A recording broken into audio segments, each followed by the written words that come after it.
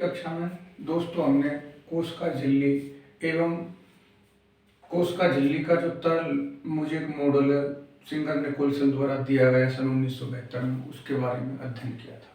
आज उसी क्लास को हम आगे बढ़ाते हुए कोशिका अंगकों के बारे में हम अध्ययन करेंगे। कोशिका अंगक, कोशिका अंगक क्या होते हैं? कोशिका अंगक कोशिका के अंदर, ये कोई कोशिका होती है, उसके अंदर पाई जाने वाली छोटी छोटी संरचनाएं, sub cell structure are found in cells which are structurally and functionally active and उनके जो काम हैं बहुत ही स्पेसिफिक होते हैं। तो कोशिका के अंदर पाई जाने वाली वे छोटी संरचनाएं जो क्रियात्मक रूप से और संरचनात्मक रूप से संरचनात्मक रूप से सक्रिय रहती हैं एवं उनके जो कार्य होते हैं, फंक्शन होते हैं, वो विशिष्ट होते हैं। तो इस कोशिका के अंदर कौन कौन से अंगक पाए जाते हैं? जैसे है ribosome, lysosomes, endoplasmic reticulum, mitochondria, chloroplast. यदि कोई पादप कोशिका है तो उसके अंदर क्लोरोप्लास्ट पाया जाएगा।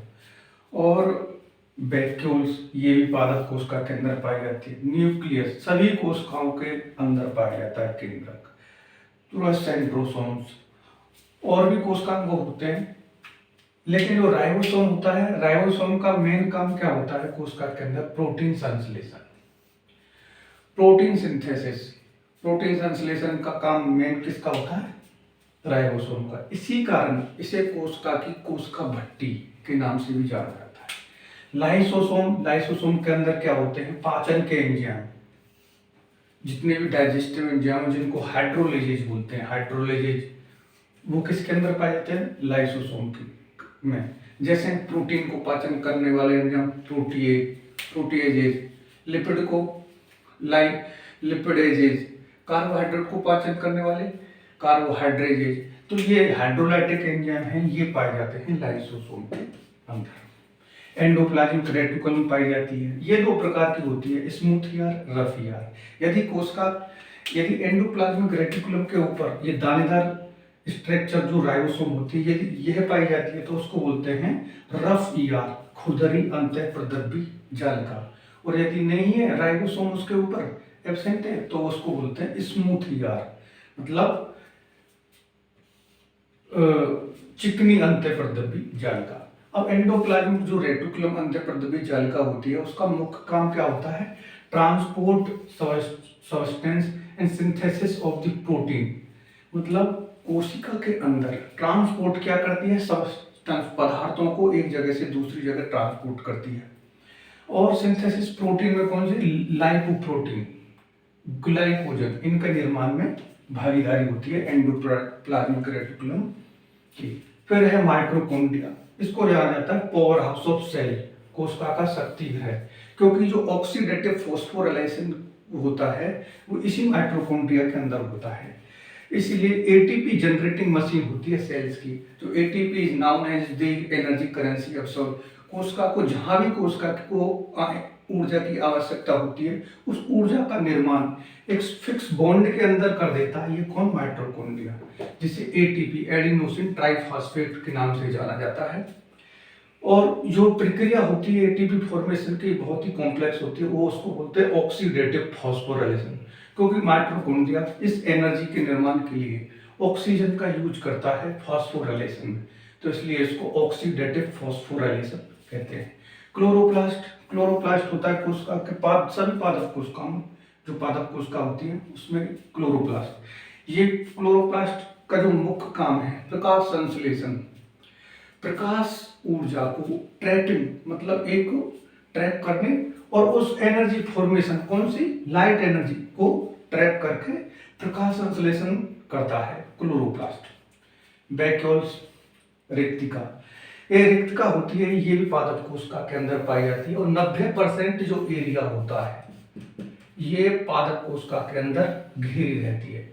और इसके अंदर क्या क्या पाए जाते हैं? जल है, H2O है, पादप सेप है, और इसके अंदर क्या होगा? एक्सक्रीट, जो सेल्स के उत्सर्जित उत्पाद होते हैं ना, वो भी इसके अंदर जमा हो जाती है। फिर है न्यूक्लियस। न्यूक्लियस ये होता है सभी कोशिका अंगक या कोशिका का रेगुलेटिंग सेंटर, नियंत्रण केंद्र, और आनुवंशिकता में मुख्य भूमिका निभाता है केंद्रक। फिर है जंतु कोशिकाओं में एक और स्ट्रक्चर पाई जाती है, एक संरचना पाई जाती है जिसे बोलते हैं सेंट्रोसोम।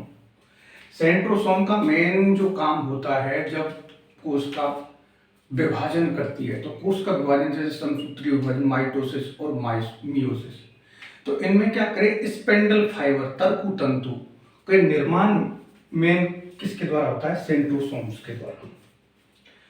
तो कुछ संरचनाएं जैसे राइबोसोम है, न्यूक्लियस, सेंट्रोसोम और बेसल बॉडी, ये ऐसी झिल्ली रहित संरचना है जो कोशिका के अंदर पाई जाती है। कौन कौन सी, एक तो राइबोसोम है, केंद्रक के अंदर पाई जाने वाली संरचना होती है एक न्यूक्लियोलस, वो एक है सेंट्रोसोम, सेंट्रोसोम्स, और बेसल बॉडी, ये एक अदर स्ट्रक्चर होती है जो कोशिका के अंदर क्या होती है, झिल्ली रहित होती है।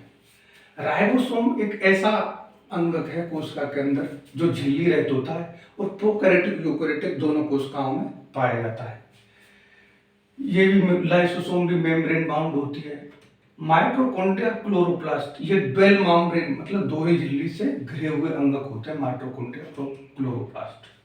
वैक्यूल्स की जो वैक्यूल्स होती है पादप कोशिका के अंदर पाई जाती है, इसकी जो मेम्ब्रेन से घिरी हुई स्ट्रक्चर क्या होता है, टोनोप्लास्ट। टोनोप्लास्ट में क्या होते हैं, ये यही पदार्थों को मतलब पंपिंग करने के मतलब सेल जो एक्सक्रीटरी प्रोडक्ट हैं सेल्स के, उसको अंदर भेजने का काम टोनोप्लास्ट के थ्रू झिल्ली के कारण भी होता है। अब हम ये तो थे कोशिका अंगक, अब हम राइबोसोम्स के बारे में जो आगे डिटेल से अध्ययन करेंगे। तो राइबोसोम में क्या होता है, first observe electron microsome by George Palade, मतलब जॉर्ज पेलाडे जो वैज्ञानिक है उसने इलेक्ट्रॉन माइक्रोस्कोप से सबसे पहले ये जो कोशिका अंगक है किस कोशिका के अंदर खोजा। Not surrounded by any membrane, ये ऐसा कोशिका अंगक होता है राइबोसोम जो किसी भी झिल्ली रहित रहता है, मतलब इसके जब कोई झिल्ली नहीं पाई जाती, कोई मेम्ब्रेन बाउंड स्ट्रक्चर नहीं होती है।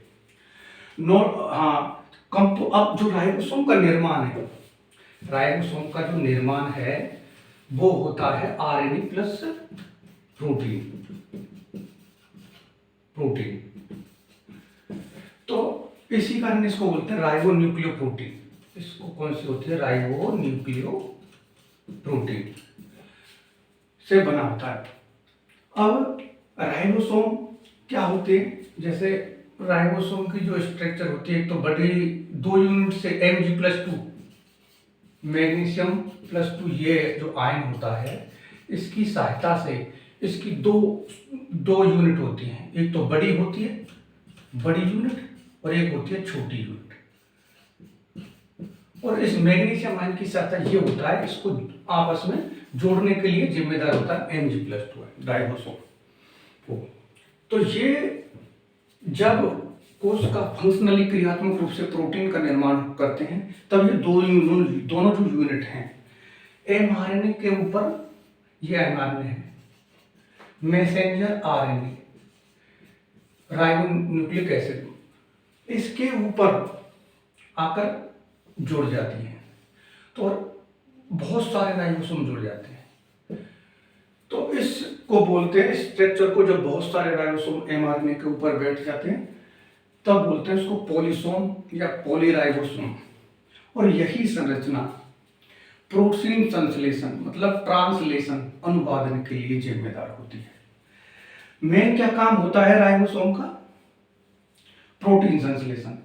प्रोटीन संश्लेषण के कारण ही इसको प्रोटीन फैक्ट्री ऑफ सेल्स, कोशिका की प्रोटीन निर्माण इकाई बोलते हैं। अब प्रोकैरियोटिक और यूकैरियोटिक में जो एक आरएनए होता है राइबोसोम, एक तो 80S राइबोसोम होता है और एक 17S राइबोसोम। जो 80S राइबोसोम होता है वो जितनी भी यूकेरियोटिक कोशिकाएं होती है उनके अंदर पाया जाता है। और जो 17S है, 17S वाला, ये होता है प्रोकैरियोटिक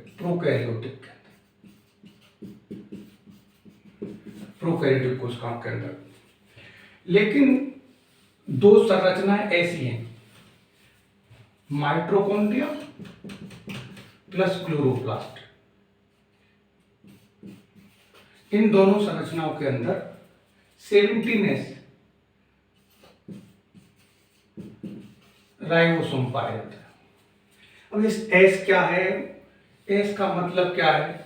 तो क्या होता है, जो राइबोसोम को मापने की एक इकाई होती है इनडायरेक्टली रूप से, इसको बोलते हैं सेडबर्ग यूनिट।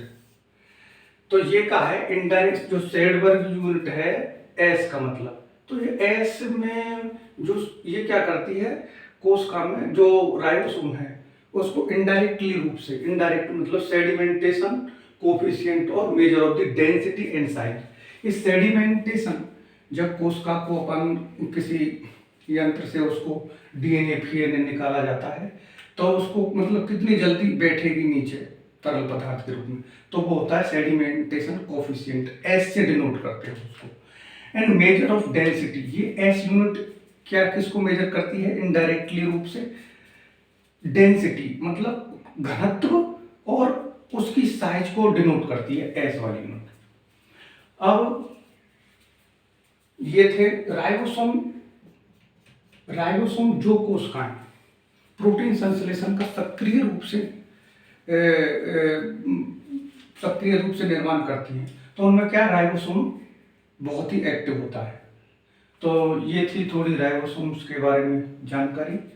आगे की कक्षा में हम और ज़्यादा अध्ययन करेंगे। तो मेन काम इसका क्या रहा राइबोसोम का, प्रोटीन निर्माण,